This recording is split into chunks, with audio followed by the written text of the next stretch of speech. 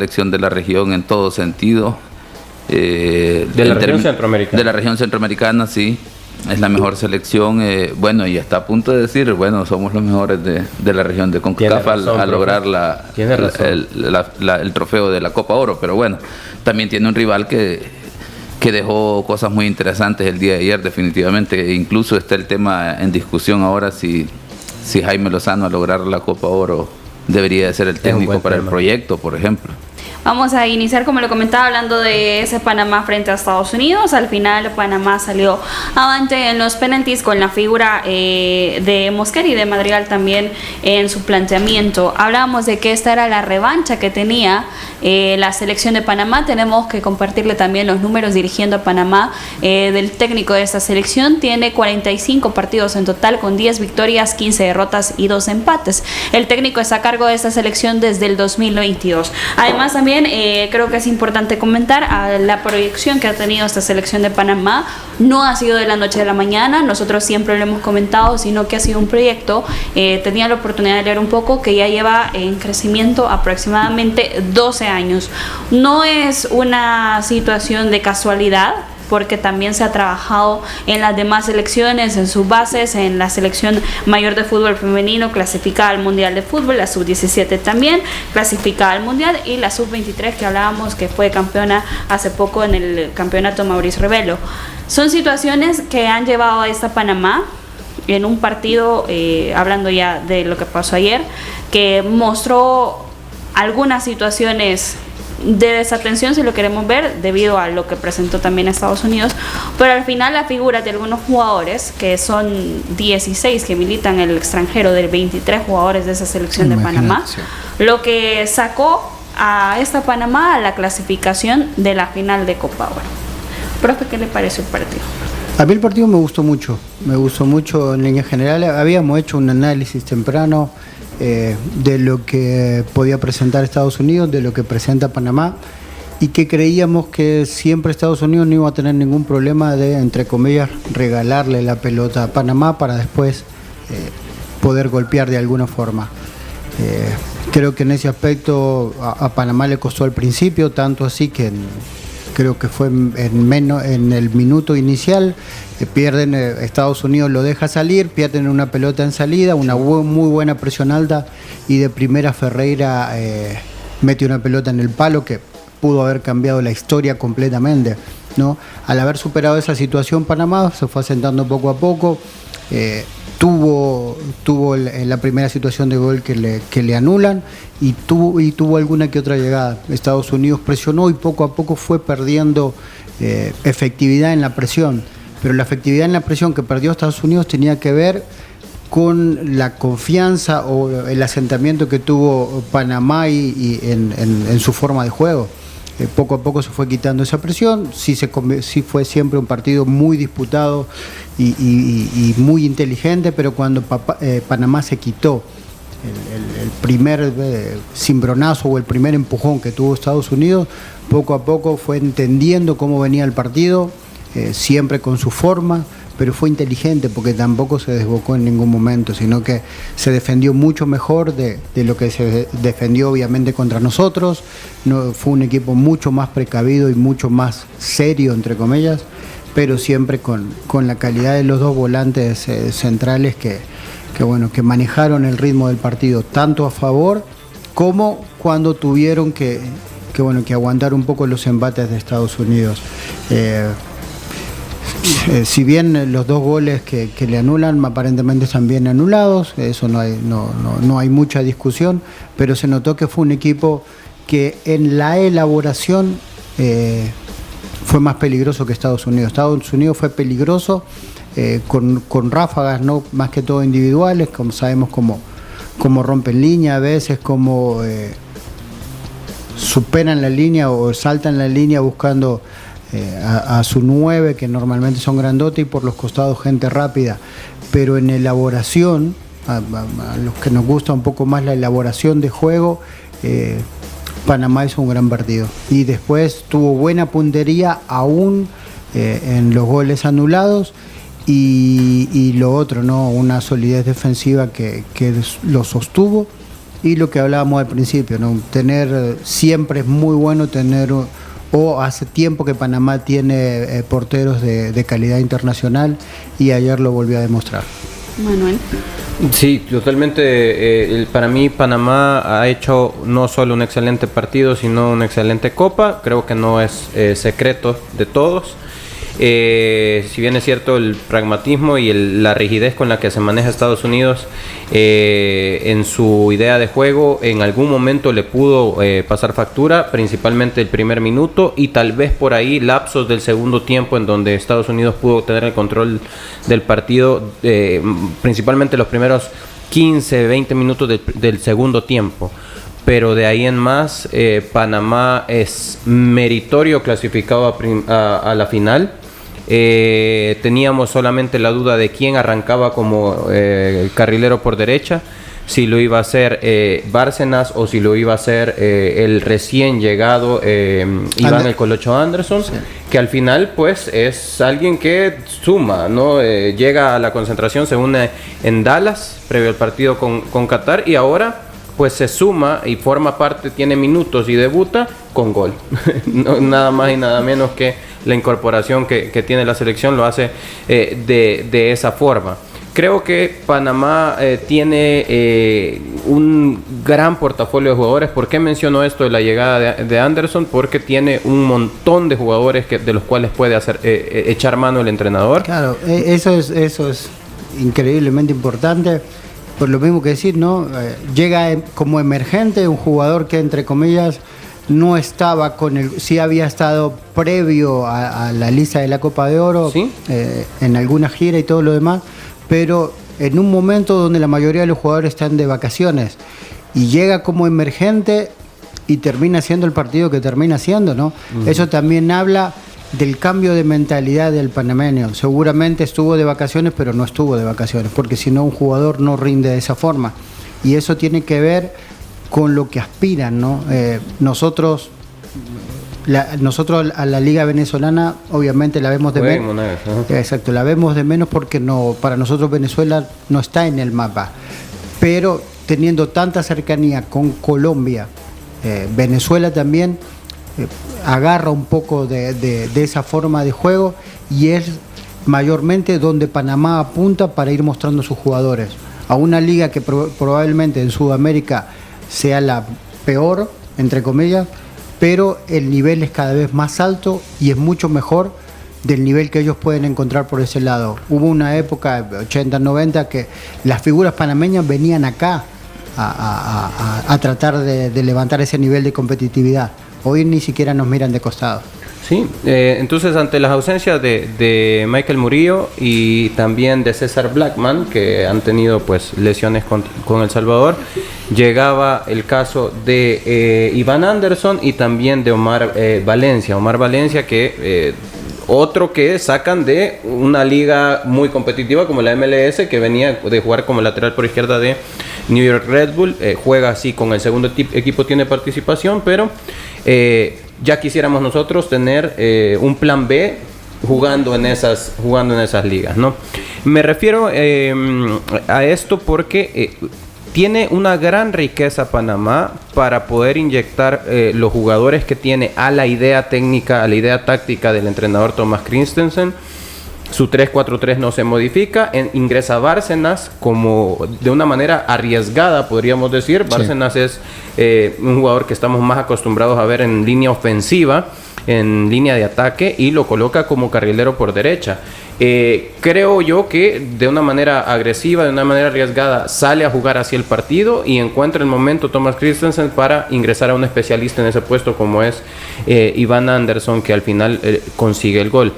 Digo esto porque más allá de la riqueza con la que cuenta Panamá, la mesura con la que ves las declaraciones del entrenador, de Christensen, es espectacular. Cómo ha manejado sus conferencias de prensa, en donde él asume el papel de que están por cumplir probablemente, o están en la lucha de poder cumplir un sueño panameño, pero que al mismo tiempo sabe que la palabra favorito es una palabra equivocada.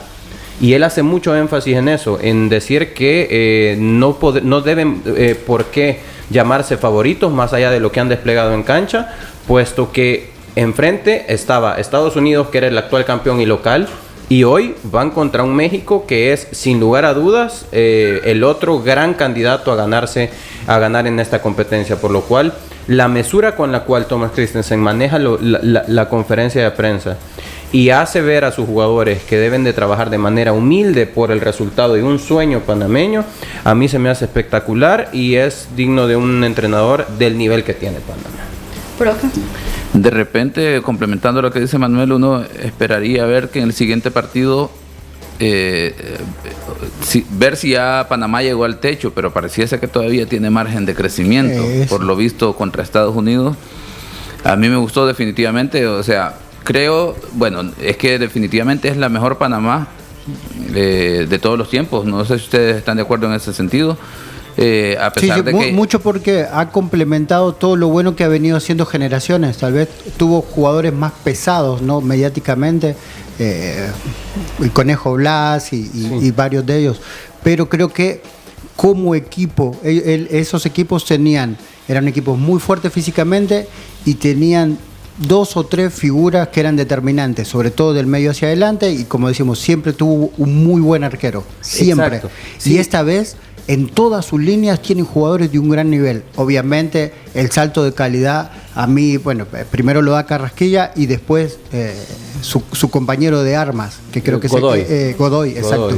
De Houston Dynamo. Exacto, pero cualquiera de los dos puede tomar la lanza de quién es el conductor del equipo. Entonces, pero después, aparece este Chico Díaz, tenés a Waterman, hay otros delanteros que hace un año atrás eran titulares y eran muy peligrosos, y hoy están como segunda o tercera opción. Entonces creo que lo que decía Manuel primero, la carpeta de jugadores con el recorrido y la personalidad que tienen hoy, más el sello del entrenador, hace un equipo mucho más completo. De hecho, Quintero, que es quien ha tenido participación como titular en algún momento cuando a Bárcena se le ha retrocedido al carril por derecha, Quintero es un jugador de mucha experiencia ya en el equipo y un nombre ya conocido de generaciones anteriores, pero que hoy por hoy no es el caso como sucede con Costa Rica, ¿no? Que un nombre así es titular, como el de Joel Campbell, por ejemplo.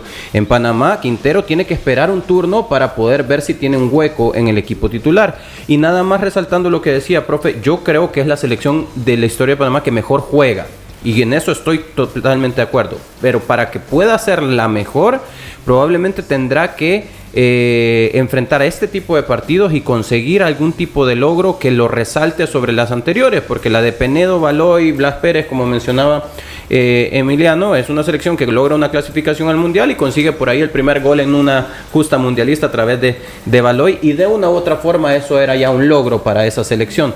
Esta selección es la que para mí tiene las mejores bases para poder conseguirlo. En eso sí estoy completamente de acuerdo. Sí, luego es que de Panamá podemos hablar un montón en el sentido de qué es lo que está generando. Por ejemplo, a nivel de grupo, o sea, uno ve los automatismos, se observa que tienen clara la idea del entrenador, y sobre eso está lo que un libro habla de automatismos y la parte espontánea del jugador. Tienen clara la idea del entrenador, respetan la idea del entrenador, y luego sobre eso cada jugador tiene, me parece, el margen de darlo, esas características individuales que lo tienen en la selección.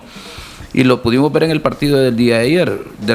De repente se logran sobreponer sobre los primeros minutos del arresto que hace Estados Unidos, pero no se desordenó, no viste que perdieron la calma. Claro, de repente esa jugada del primer minuto termina en gol de Estados Unidos y estaríamos hablando de otro partido completamente diferente. Pero bueno, lo importante es que ellos, por fortuna de esas circunstancias, pues el balón va a la base del poste, y a partir de ahí Panamá mantiene el orden, la constancia, la idea de juego, y logra controlar el partido y terminar viéndose superior, ¿verdad? Tener variantes, y a mí eso me parece fenomenal. Luego, pues obviamente esos automatismos es como consecuencia del trabajo del entrenador, que creo yo que esa es la diferencia que posiblemente esa generación virtuosa no tuvo. Cierto. O sea, que tuviese un entrenador con ideas que le permitieran potenciar todas sus capacidades a nivel individual, de tal forma de llevarlas a a reflejar en el conjunto, y me parece que a mí me gusta lo que estoy viendo de Panamá. Luego tal vez en temas de arbitraje, que de repente uno escucha análisis en cadenas internacionales, el tema del arbitraje, y se especula mucho en el sentido de que por ser México, Estados Unidos, de ciertas circunstancias que se dieron, pero creo yo que si acaso hay circunstancias que debatir en temas de arbitraje hoy en día en el área de CONCACAF, me parece que va más por situaciones técnicas y de opiniones que generar especulaciones. Ahora, obviamente sí hay situaciones que creo yo que se deben de mejorar, como por ejemplo la segunda acción del gol en fuera de lugar anulado a Panamá, por el hecho de que no tenés una repetición, y se supone que tanto el videoarbitraje y como ese proceso de toma de decisiones está diseñado para que le des transparencia al fútbol, y de repente no nos pasaron más imágenes de esas durante el partido. Entonces eso te genera suspicacia porque no te da herramientas de análisis. Claro. Y entonces vos decís, ¿por qué no pasar más? ¿Por qué, situaciones cuando ha habido un margen que el árbitro está esperando la situación, la toma de decisión? O sea, no es una situación en la que hay que seguir con el juego porque está en dinámica. No, se genera la pausa y precisamente para eso es. ¿Pero por qué no se analiza a totalidad? ¿Por qué esa diferenciación en ciertas jugadas en las que sí se utiliza a full los recursos del VAR y en estas jugadas no se aplican todos los recursos del VAR? Pues precisamente a nivel técnico es lo que hago ver que son las situaciones que tienen que superar. En este caso, digámoslo, la organización, porque a pesar de que habrá una productora encargada de generar todo el tema de la transmisión a nivel general y del estadio para el uso del videoarbitraje, pues obviamente va dentro del hecho de que como organización tenés que exigir, ¿verdad?, que esas situaciones de protocolo deben de repetirse, porque precisamente eso es lo que se busca, que haya transparencia en la toma de decisiones de los árbitros y que hayan elementos para decir, miren, con base a esto es que se ha tomado la decisión. Tanto así que está en vigencia como estudio en el último Mundial de Clubes el hecho de que los árbitros anuncien, una vez utilizado el videoarbitraje, la decisión, para que le quede mayor claridad al público, al aficionado, cuáles fueron los elementos de análisis y cuál es la decisión final, ¿verdad? En este caso, pues obviamente terminamos deduciendo y entendemos que hay fuera de lugar porque el árbitro así lo dictamina, pero insisto, debió haber una segunda repetición en ese sentido, que es de las situaciones a tomar en cuenta. Como aficionado, profe, yo viendo el partido, digo, ok, la primera duda que tengo es si fue offside o no, porque al final hay un gol y ¿por qué lo anularían? Ok, fue offside. Pero al ver rápidamente lo que nos pueden exponer, lo que nos exponen de la repetición, al final, cuando uno está viendo eso, uno dice, pero hay una mano. Exacto. Hay una mano previa. ¿Y cómo es posible que al haber una mano previa no exista, no se puede utilizar todos los recursos? Y queda la interpretación de que de repente uno puede decir, ok, se está favoreciendo al más grande. Esa es la primera especulación que se tiene, y Panamá parece que así lo vivió en ese momento. El equipo panameño, los reclamos se veían como, ok, esto no puede ser. Blas Pérez, que estaba en la narración, decía, es que no puede ser, no te estoy pidiendo que me regales nada, pero tampoco me quites lo que es mío, ¿no? Y eso es precisamente, de ayer hablábamos el tema de arbitraje, que son de las situaciones que se deben subsanar para evitar que empeces a vincular esta situación con las situaciones anteriores en otras ediciones. Entonces, ahí sí, a nivel de organización tenés que poner mucho énfasis, que tiene que corregir esas situaciones, dar los elementos de análisis, más repeticiones o las repeticiones que se utilizan para la toma de decisiones, porque al final, si es correcta, pues obviamente a quien termina beneficiando es al deporte en general, a la organización y al partido en sí mismo. Pero bueno, luego volviendo a lo de Panamá, incluso esas dos circunstancias, y luego creo que se percataron el tema del juego mental en los penales, sí, lograr ver el crecimiento de Panamá como selección. O sea, definitivamente el equipo está completo en todas sus áreas. Tiene, digamos, eso que se necesita en un partido cuando es parejo. Bueno, la fortaleza mental, por ejemplo. Y creo que Panamá supo tener y manejar esos momentos que, pues, como consecuencia ahora lo tienen como finalista de la Copa Oro. Luego, por ejemplo, como con lo que iniciaba, la diferencia que tenemos nosotros, por ejemplo, en relación a lo de Panamá, y por eso ya no tenemos que preocupar de Panamá, es en relación a los números. Señor productor, ahí sí nos comparte los números del entrenador del rendimiento del proyecto del entrenador con nuestros números, por ejemplo. Tomás Christensen, juegos totales 45, 19 victorias, 15 derrotas, 2 empates. Está a cargo desde el 2022. Nosotros tenemos, bajo el proyecto de Hugo Pérez, juegos totales 42, bastante similares, 42, 45, 9 victorias, 21 derrotas, 2 empates. La misma cantidad. Y está a cargo de la selección desde el 2021. Entonces, pues obviamente... ¿Cuántos partidos tiene? 45. 45. Ah, esa es la diferencia. Tienen más partidos.